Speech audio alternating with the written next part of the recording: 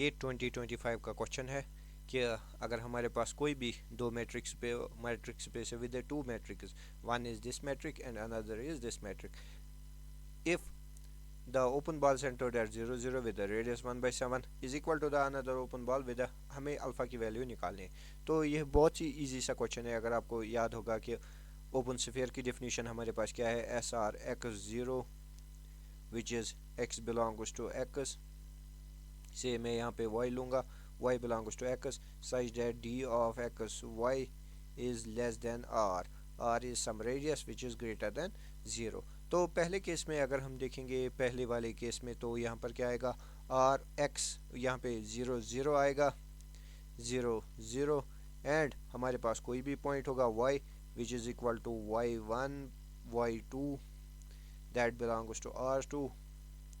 So d1 d1 which is 0 0 and y1 y2 which is less than 1/7।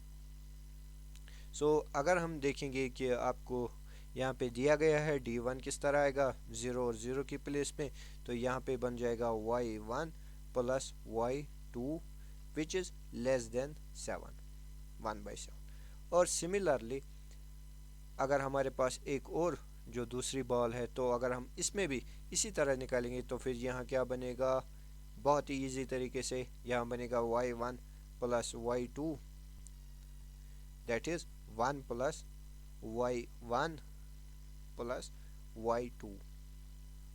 अगर मैं इस तरह इसमें डिफाइन करूँगा with a 0, so which is also less than 1/अल्फा। नाउ अगर मैं केस लूँगा कि इट इज़ अ बाउंड्री, क्योंकि अगर हमें जल्दी जल्दी में करना है, अदरवाइज हम एक और तरीके से भी कर सकते हैं, लेकिन वो थोड़ा सा बड़ा होगा, ज़्यादा बड़ा नहीं होगा। लेकिन अगर हम कहेंगे कि ये बाउंड्री पे है, तो यहाँ पर क्या बनेगा y1 प्लस y2, ये तो आ गया, ये भी हम बाउंड्री लेंगे। So what it will be 1/7, 1 plus 1/7 and that is 1/अल्फा।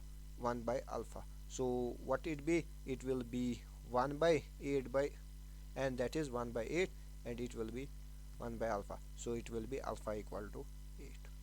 So the answer is